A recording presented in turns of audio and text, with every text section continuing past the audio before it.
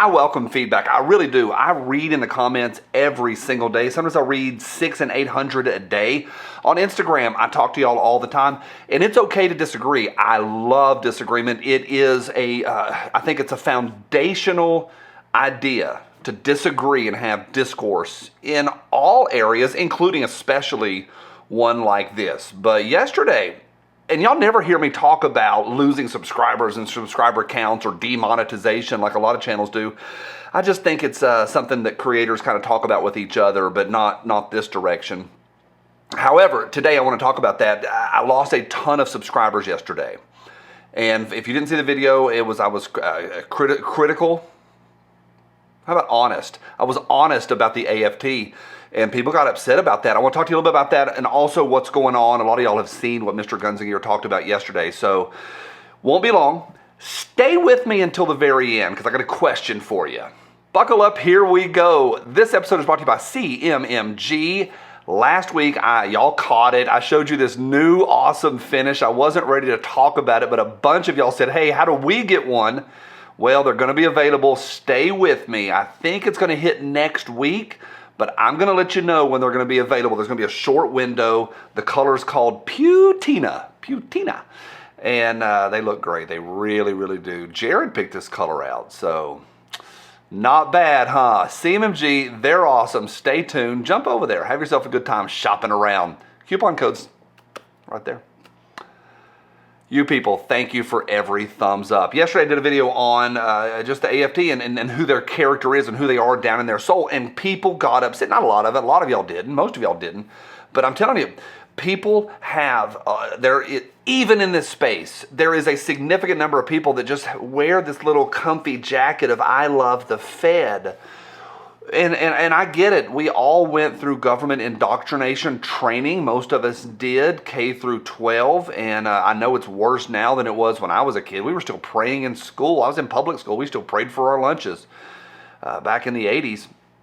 But it's gotten worse since then. I get that. Now, there are parts of the government, because if I was to ask you that, do you trust the government? Everybody's going to say, heck no. Well, when you go to lunch today, you're going to have ice in your drink because that ice comes from city water, and that city water we entrust the city government with making sure that it is bacteria-free-ish. They put fluoride in it. Yes, I know, Ethel. They put fluoride in it. I get it. But there's some parts of the government we have to trust. It's part of being a human. It's part of being an American. But overall, coming through. I found it interesting that so many folks dipped out of here. I think it is a reminder, and the reason I wanted to mention it to you is I'm not upset at all. It goes with the territory. We need to be reminded that even amongst us, there's a lot of people that are like, well, we do need regulation. Those ARs, who really needs those?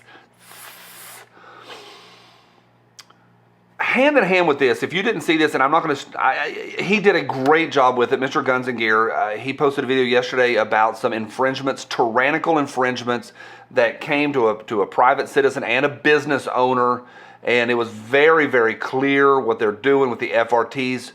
I'll put a link to his video. It came out yesterday, but holy smokes, it is a window into who these people are. Finally, we get to this idea, and sometimes people, and some guy said it to me yesterday, they'll say, well, Johnny, you sure do talk a big game with, this guy. Yeah, I wear the shirt. Mr. Guns and Gear was wearing the shirt yesterday. The T-shirt company I'm a part of was called Shall Not Comply for 2 years, and we changed the name. There's a reason for that. And we say a lot of things like don't tread, don't infringe, draw a line in the sand, rebellion, open rebellion, all that kind of stuff. And guys get upset. And that's okay too. I welcome it. That's what I open with. It's fine. We can disagree. I love it. This audience, I think the biggest thing that y'all changed in my thinking was when I first started the channel, I was like, all right, you're a felon, you lost your rights, you're a bonehead, get out of the system for the rest of your life. Even after you're out of prison, you're out. And you don't have to type. I've got it. I got it.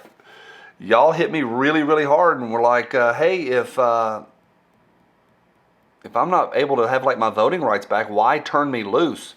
Especially for victimless crimes. That's a big one that y'all have just really expanded my mind on. All right, so we had this idea of draw a line in the sand, don't tread on me, blah, blah, blah, blah, blah. And guys hit me all the time. Or they'll hit other YouTubers. They'll come to me and go, well, you know, that Jared or that Anthony or Langley or Mr. Gunziger, all these guys, they're a bunch of frauds. Yeah, they are. Sitting at their own houses with their own faces, talking openly. Here's my question for you. Now, let me make a statement. This guy's sitting here for a reason. It's a reminder. And I didn't go through everything yesterday. I could have mentioned Duncan Lemp. I could have mentioned that rancher. What's his name? His name escapes me. It's a funky name. I'll put it right there. It takes me 7 seconds to find it. We all have a part to play. And drawing a line in the sand for you looks different than it does for me. But I believe we all need to be doing our part. I think it was Ted from Texas down in the comments yesterday. He's in there regularly. He said, Johnny B, I think we're on a list. I said, Ted, if you ain't on a list and I ain't on a list, we ain't doing our jobs. So here's the question for you. What does don't tread on me look like for you in your daily life?